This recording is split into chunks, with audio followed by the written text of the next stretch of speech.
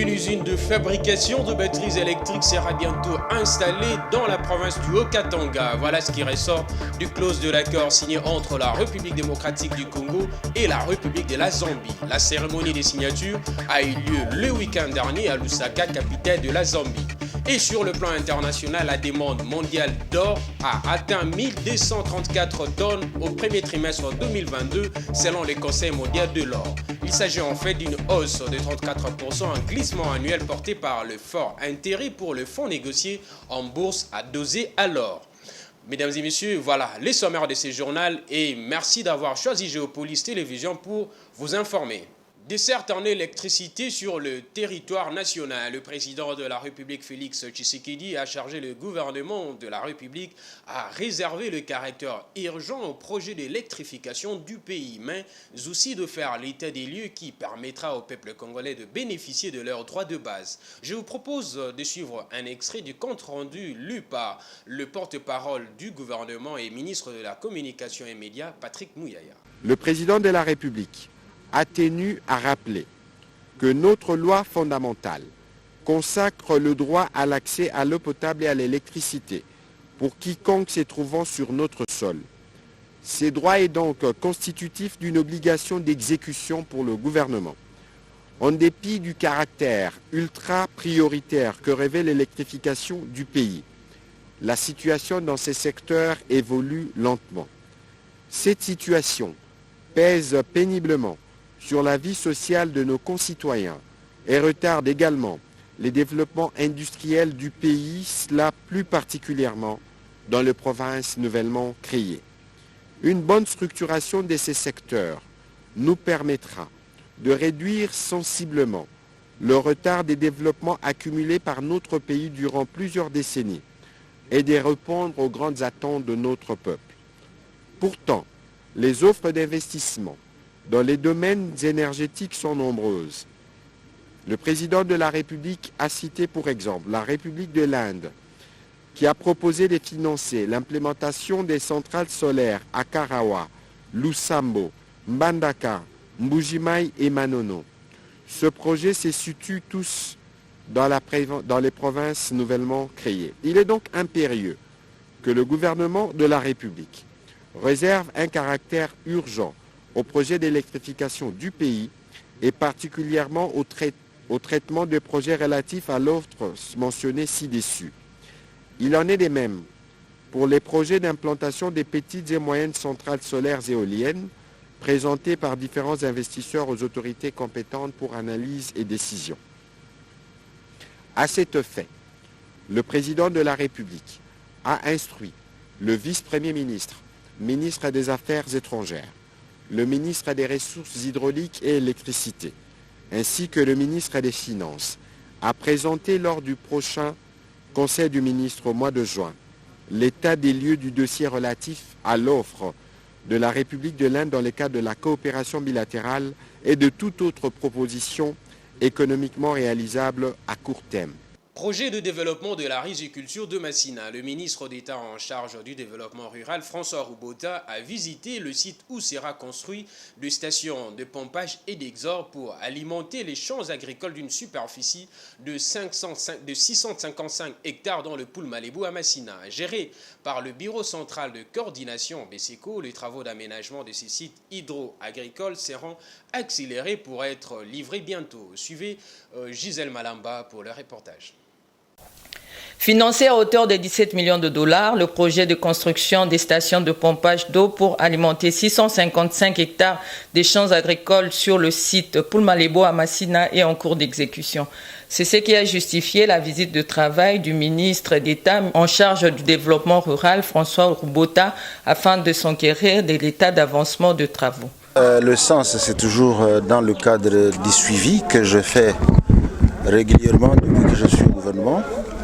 C'est un gouvernement de warriors et nous devons être caractérisés par les suivis réguliers, permanents de tous les projets qui ont été lancés. C'est la raison de ma visite ici. pour venir voir à quel niveau on se situe aujourd'hui. Géré par le Bureau central de coordination BCECO, ces travaux de construction s'inscrivent dans le cadre du projet de développement de la riziculture de Massina, dont l'objet global est de contribuer à l'accroissement de la sécurité alimentaire. C'est un projet qui date de très longtemps, bien entendu. Il a connu beaucoup de difficultés. C'est un projet de développement du périmètre rizicole de Massina, un périmètre qui va nous permettre d'avoir une quantité suffisante de riz qui pourrait être livrée sur le marché local. Tout ça pour faire face aussi aux différentes importations qui nous viennent de beaucoup d'autres pays asiatiques, pourquoi pas européens. Le responsable et conducteur des travaux revient ici sur ce qui est en train d'être réalisé sur le site. Et ce projet va reprendre la construction d'une station de pompage qui permettra à apporter de l'eau aux riverains. Au-delà de ça, il y aura une station d'exor qui va permettre à sortir l'eau de surplus dans la superficie. Malgré que nous sommes bités à quelques difficultés, mais j'ose croire que dans les délais, nous saurons finir les travaux. Notons que la fin des travaux est prévue pour mars 2023. Signature d'un accord historique entre la République démocratique du Congo et la République de la Zambie. Selon les clauses de cet accord de coopération bilatérale qui lie les deux pays dans le domaine de l'industrie, la Zambie va installer dans les jours à venir une usine de fabrication de batteries électriques à Lubumbashi, capitale de la province du Haut-Katanga. Suivez ces reportages.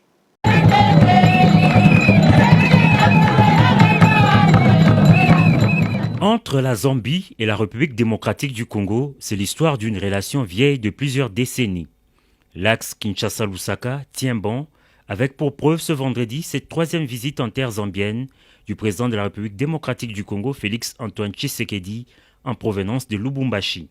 Accompagné de la distinguée première dame, le chef de l'État congolais a été accueilli à l'aéroport international Kenneth Kaunda par le ministre zambien des Affaires étrangères à la tête d'un comité d'accueil constitué d'officiels congolais et zambiens.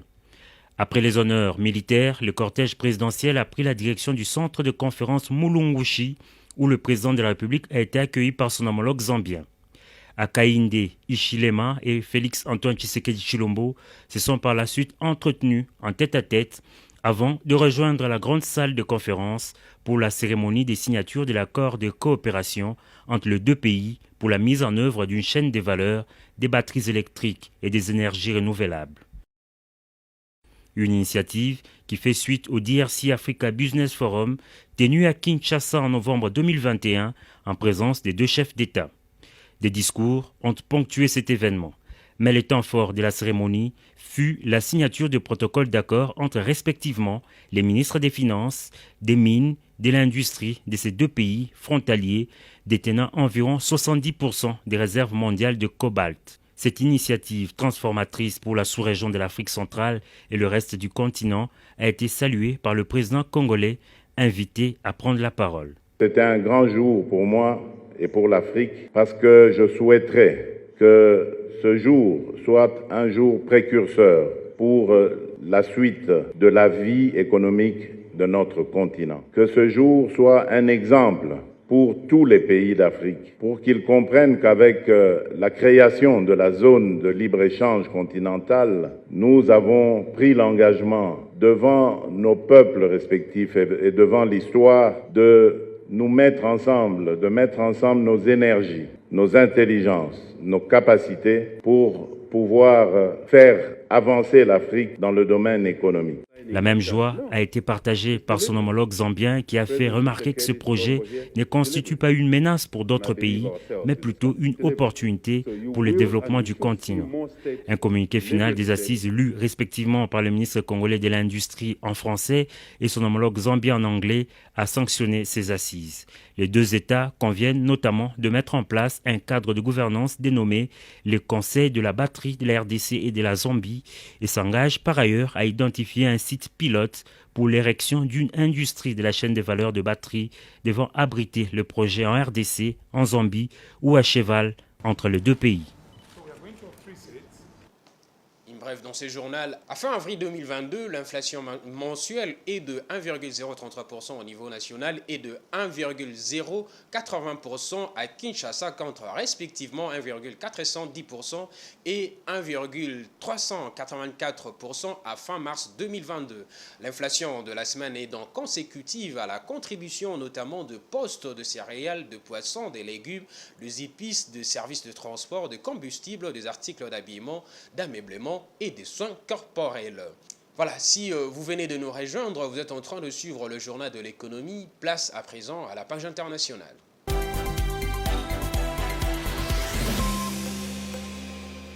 Dans l'optique d'atténuer les effets du chômage, le gouvernement algérien a décidé d'allouer une enveloppe de plus de 80 milliards de dinars au titre d'allocation chômage. Avec cette mesure, le gouvernement entend faire bénéficier d'une allocation mensuelle de 13 000 dinars et limitée au maximum de protestations dues aux effets de la crise économique. Suivez nos confrères d'Africa 24. Avec un taux de chômage estimé à 15% en février 2022, le gouvernement algérien a alloué une première enveloppe de plus de 80 milliards de dinars pour l'allocation chômage, vraisemblablement pour 10 mois. Ce financement sera bénéfique à 600 000 Algériens.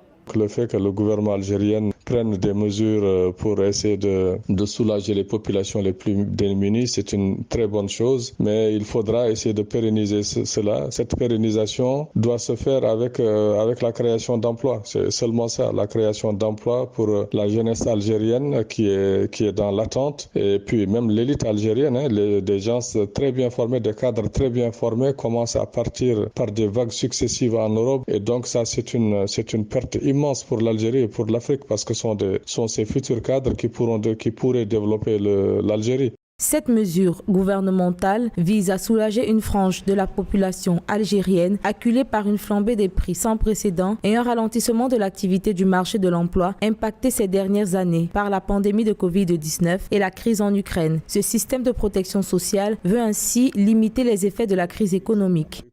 Les prix de l'énergie montent en flèche. Donc l'Algérie pourrait combler justement ça et puis essayer de venir massivement aux plus démunis. Donc l'Algérie en a les possibilités, en a les capacités. C'est une volonté politique qu'il faudrait aux autorités algériennes pour ouvrir des pans entiers, par exemple, pour que la jeunesse puisse travailler convenablement dans l'agriculture, dans l'élevage, dans l'industrie. Aussi, les demandeurs d'emploi inscrits auprès de l'Agence nationale de l'emploi pourront bénéficier d'une allocation mensuelle de 13 000 dinars et d'une couverture sociale à travers la carte Chifa. Pour rappel, c'est l'une des mesures sociales les plus ambitieuses du président Abdelmajid Tebboune depuis sa prise de pouvoir en décembre 2019. L'or est une valeur refuge pour les investisseurs en cas de crise. La hausse de la demande s'accompagne souvent d'une hausse de prix qui peut profiter aux producteurs d'or à travers le monde. En Afrique, le Ghana, le Mali ou encore le Burkina Faso font partie de bénéficiaires. À l'exclusion du marché de gré à gré, la demande mondiale d'or a atteint 1234 tonnes au premier trimestre de 2022. C'est ce qui ressort d'un rapport publié la semaine dernière par le Conseil mondial de l'or qui précise tout de même qu'il s'agit d'une hausse de 34% en glissement annuel porté par le fort intérêt pour le fonds négocié en bourse adossé à l'or. Fiston Oleko pour deux amples détails.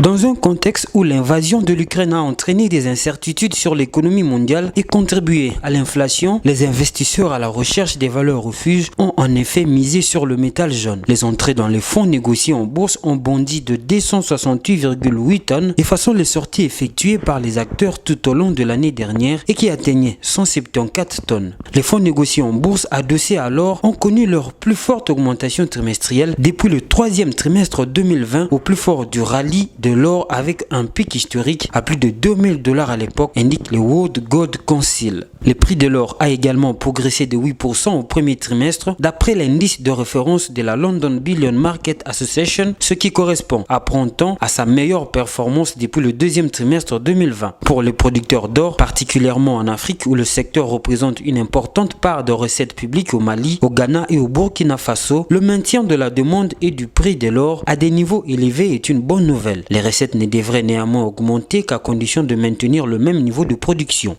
Parlons toujours de commerce de minerais. Le prix du minerai de fer a augmenté le vendredi dernier, alimenté par les espoirs de la demande, alors que Pékin s'est engagé à renforcer son soutien politique pour stabiliser l'économie.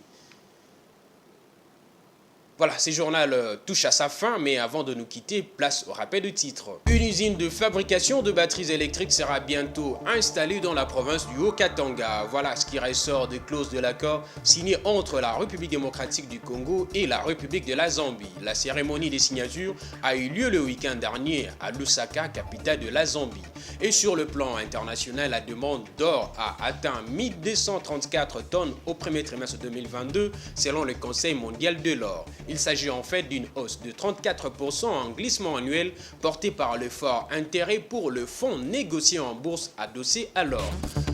Voilà, c'est la fin de ce journal, mesdames et messieurs. Merci de l'avoir suivi et à la prochaine.